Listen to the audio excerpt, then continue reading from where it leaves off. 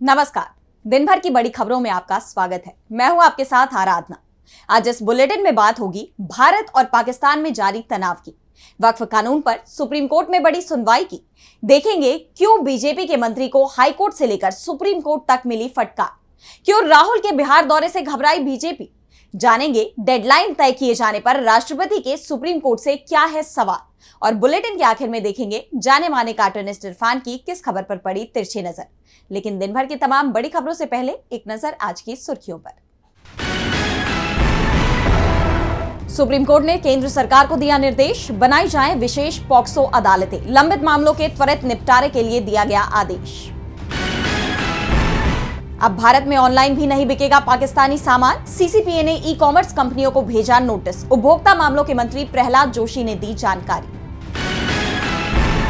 Kanpur university ने Istanbul university संग रद्द किया एमओयू, तुर्की के विरोध के बीच लिया फैसला, एक दिन पहले जेएनयू ने भी लिया था फैसला। हरे निशान पर बंद हुआ शेयर बाजार, 1200 अंकों की बढ़ोतरी के साथ 82,530 पर बंद हुआ सेंसेक्स, वहीं 395 अंकों की बढ़ोतरी के साथ 25,062 पर बंद हुआ निफ्टी।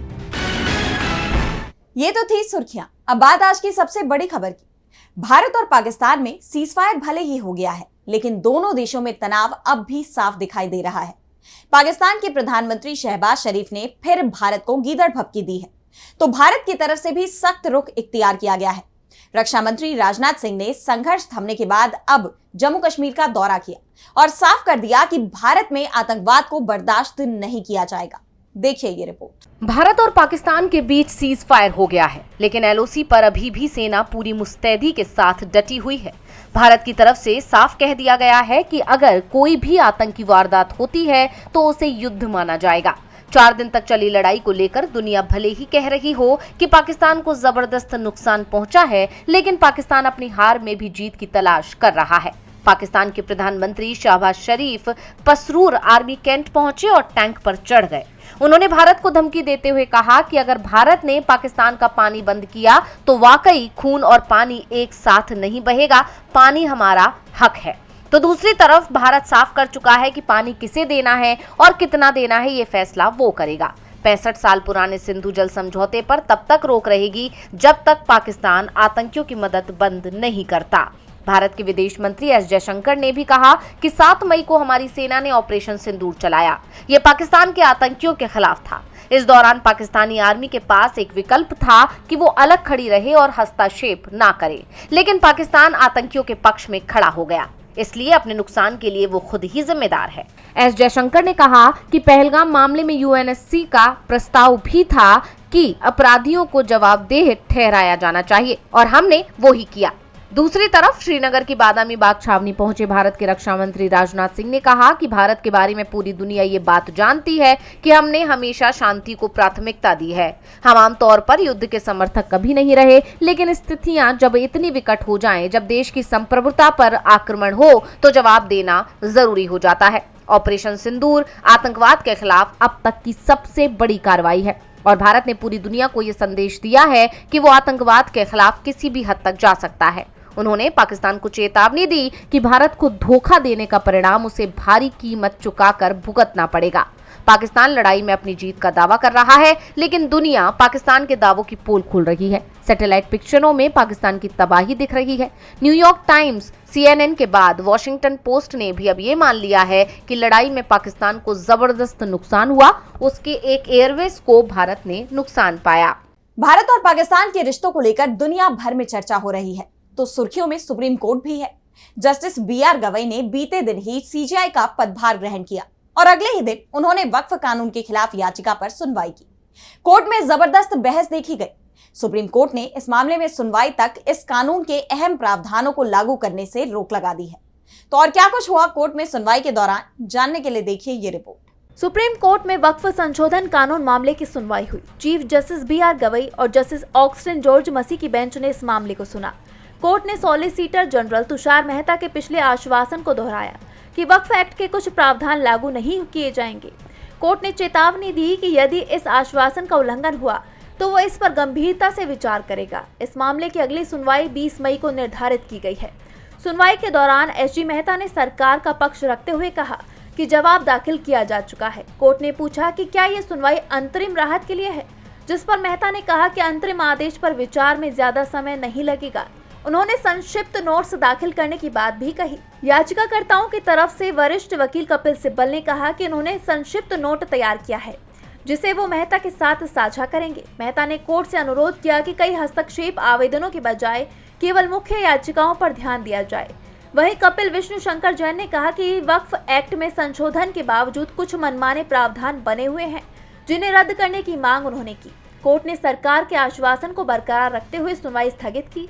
अब सबकी नजरें 20 मई को होने वाली सुनवाई पर टिकी हैं।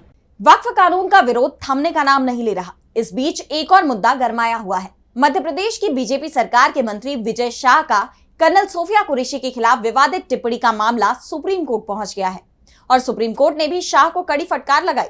वहीं हाईकोर्ट ने भी विजय शाह के खिलाफ दर्ज एफआईआर को लेकर प्रशासन को फटकार लगाई है। तो क्या है पूरा मामला, जानने के लिए देखिए ये रिपोर्ट। मध्य प्रदेश के कैबिनेट मंत्री विजय शाह के कर्नल सोफिया कुरैशी पर विवादित बयान को लेकर सुप्रीम कोर्ट ने फटकार लगाई है। हाईकोर्ट के आदेश के बाद उन्होंने सुप्रीम कोर्ट का रुख किया था। सुप्रीम कोर्ट में सीबीआई ने भी विजय शाह को राहत नहीं दी और एफआईआर पर रोक लगाने से इनकार कर दिया। सीजीआई ने विजय शाह से उल्टे सवाल कर दिया कि आपको पता है कि आप कौन हैं और आपने क्या कहा है। आप मंत्री हैं, मंत्री होकर किस तरह की भाषा का इस्तेमाल कर रहे हैं, क्या ये मंत्री को शोभा देता है। इस मामले में जबलपुर हाईकोर्ट में भी सुनवाई हुई और कोर्ट ने बेहद सख्त टिप्पणी भी की। हाईकोर्ट ने प्रशासन को जमकर फटकार लगाई। हाईकोर्ट ने एफआईआर की ड्राफ्टिंग पर आपत्ति जताई और एफआईआर में सुधार करने के आदेश दे डाले। कोर्ट ने कहा कि एफआईआर इस तरीके से ड्राफ्ट की गई है जिसमें अभियुक्त की करतूतों का साफ जिक्र ही नहीं है। ये इतनी कमजोर है कि अगर इसे चुनौती दी गई तो ये आसानी से रद्द हो सकती है। हाईकोर्ट ने कहा कि जो आदेश उन्होंने दिया था उसे भी एफआईआर में जोड़ा जाए। इसके साथ ही कोर्ट ने अब मामले की मॉनिटरिंग खुद करने का फैसला भी कर लिया है। जबलपुर हाईकोर्ट के जज जस्टिस अतुल श्रीधरन से जब अटॉर्नी जनरल प्रशांत सिंह ने कहा कि पुलिस मामले की जांच कर रही है, तो जस्टिस श्रीधरन ने कहा कि ये मामला किसी की जान लेने का नहीं है जिसके लिए लंबे समय तक जांच की जाए, बल्कि एक आपत्तिजनक भाषण से जुड़ा मामला है। ऐसे में इसमें लंबी जांच की जरूरत नहीं है। बता दें कि विजय शाह के बयान पर जबलपुर हाईकोर्ट ने स्वतः संज्ञान लिया। कोर्ट ने मंत्री के बयान को गटर की भाषा करार देते हुए कहा कि ये न सिर्फ एक महिला सैन्य अधिकारी का अपमान है, बल्कि भारतीय सेना की गरिमा, राष्ट्रीय एकता और सामाजिक सद्भाव के लिए खतरा है। विजय शाह के बयान को लेकर बवाल मचा हुआ है। विपक्ष उनके इस्तीफे की मांग कर रहा है, तो बवाल राहुल गांधी के बिहार दौरे को लेकर भी मच गया। राहुल गांधी को दरभंगा में छात्रों से संवाद करना था, लेकिन उन्हें रोकने की कोशिश की गई, जिसे लेकर विपक्ष ने एनडीए सरकार को घेर लिया। अपने संबोधन में भी कांग्रेस सांसद ने प्रदेश से लेकर केंद्र की सरकार पर तीखा हमला बोला। देखिए ये रिपोर्ट। बिहार के दरभंगा में कांग्रेस सांसद राहुल गांधी के दौरे को लेकर जमकर हंगामा हुआ। राहुल गांधी शिक्षा न्याय संवाद कार्यक्रम के तहत अंबेडकर छात्रावास में छात्रों से मिलने पहुंचे थे, लेकिन प्रशासन ने वहां कार्यक्रम की इजाजत नहीं दी। इसके बावजूद राहुल गांधी पैदल ही छात्रावास पहुंचे और पुलिस के साथ धक्का मुक्की के बीच छात्रों को संबोधित किया। इसे लेकर कांग्रेस ने अपने आधिकारिक एक्स हैंडल पर लिखा, बिहार की डबल इंजन सरकार ने आयोजन स्थल पर पुलिस भेजकर तोड़फोड़ करवाई और छात्रों को जबरदस्ती वापस भेजा।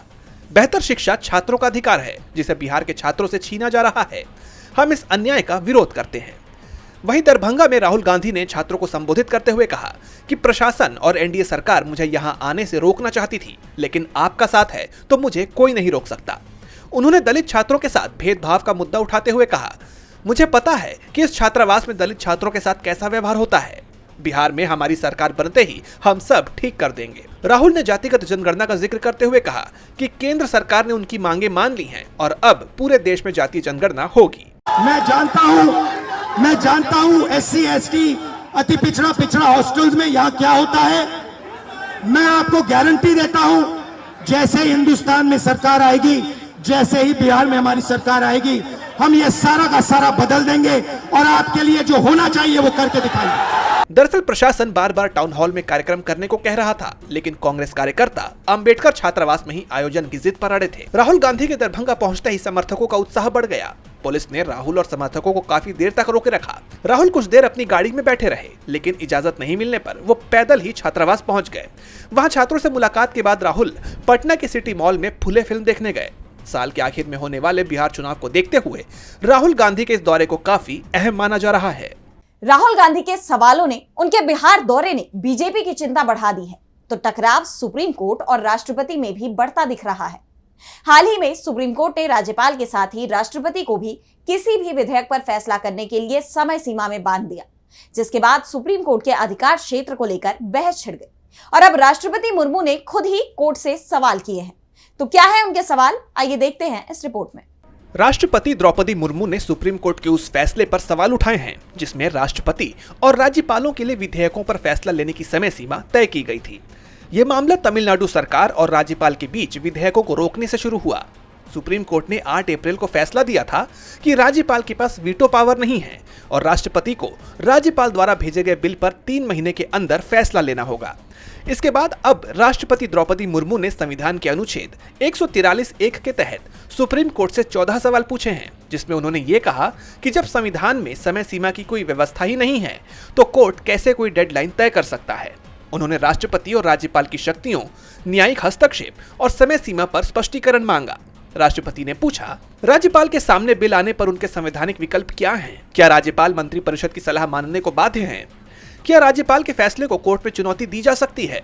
क्या अनुच्छेद 361 राज्यपाल के फैसलों पर न्यायिक समीक्षा रोकता है? अगर संविधान में समय सीमा नहीं तो क्या कोर्ट इसे तय कर सकता है? क्या राष्ट्रपति के फैसले को कोर्ट में चुनौती दी जा सकती है? क्या कोर्ट राष्ट्रपति के लिए समय सीमा तय कर सकता है? क्या राष्ट्रपति के लिए सुप्रीम कोर्ट की राय लेना अनिवार्य है?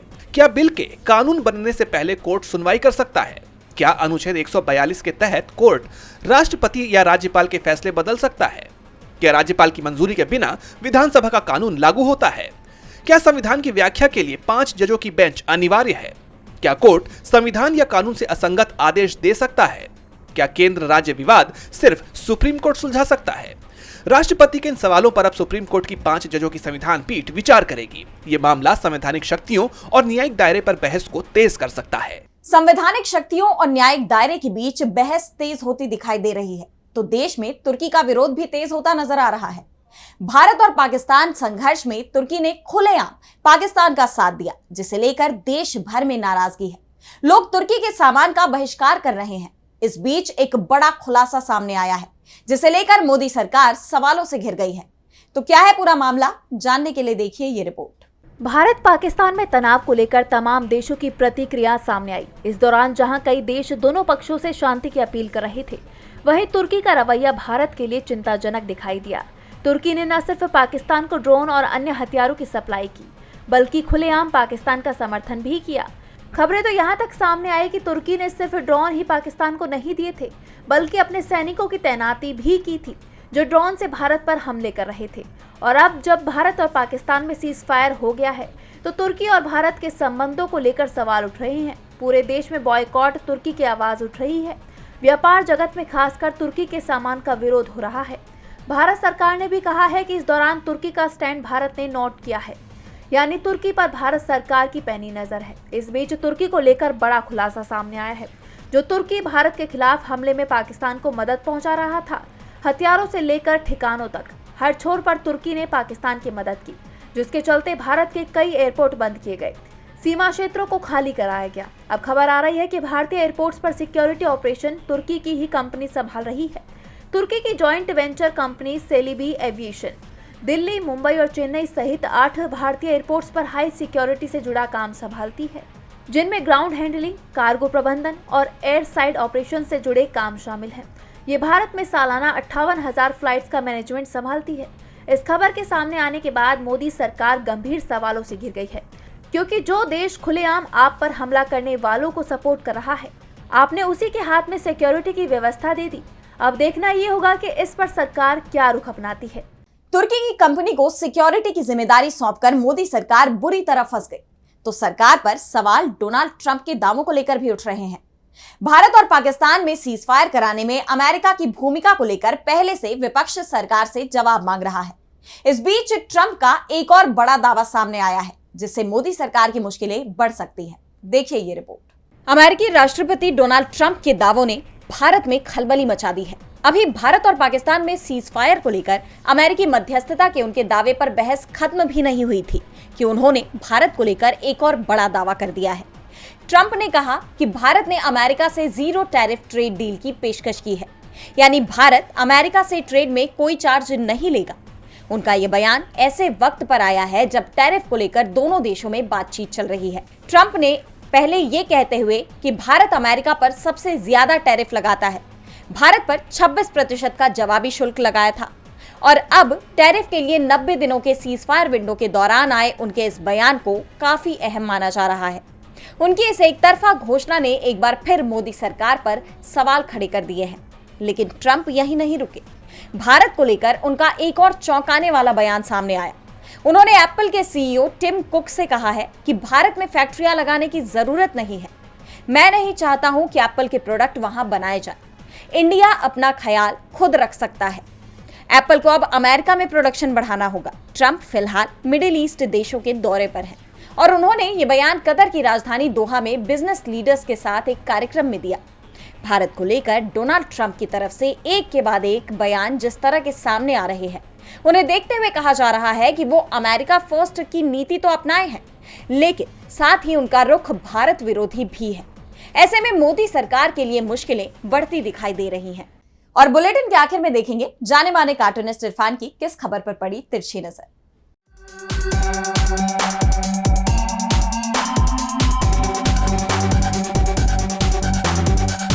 सीज़फायर के बाद में भारत के दुश्मनों से बदला लेने के लिए भारत ने अब अपनी कार्रवाई शुरू कर दी है। अब देखिए न, टर्की जो पाकिस्तान के साथ में युद्ध जैसी जो स्थिति बनी थी उसमें पाकिस्तान का साथी बन गया। तो भारत ने क्या किया, भारत ने JNU से तुर्की का कोर्स नहीं पढ़ाने का ऐलान किया कि वहाँ पर अब तुर्की नहीं पढ़ाया जाएगा। लेकिन चाइनीज़ का क्या करें, चाइनीज़ लैंग्वेज भी तो चलती है। क्या चाइना ने हमारे साथ में अच्छा किया? चाइना ने खुलकर पाकिस्तान का साथ दिया और पूरी तरह से भारत को कमज़ोर करने की कोशिश की। तो ऐसी स्थिति में भारत को क्या करना चाहिए? चाइना के साथ में क्या इसी तरह के मधुर संबंध बने रहना चाहिए? क्या भारत के प्रधानमंत्री उसी तरह से चाइनीज़ राष्ट्रपति के साथ में झूला झूलते रहेंगे और सिर्फ देश की जनता के हर दिवाली पर चाइना के सिर्फ पटाखों को ही बैन करती रहेगी?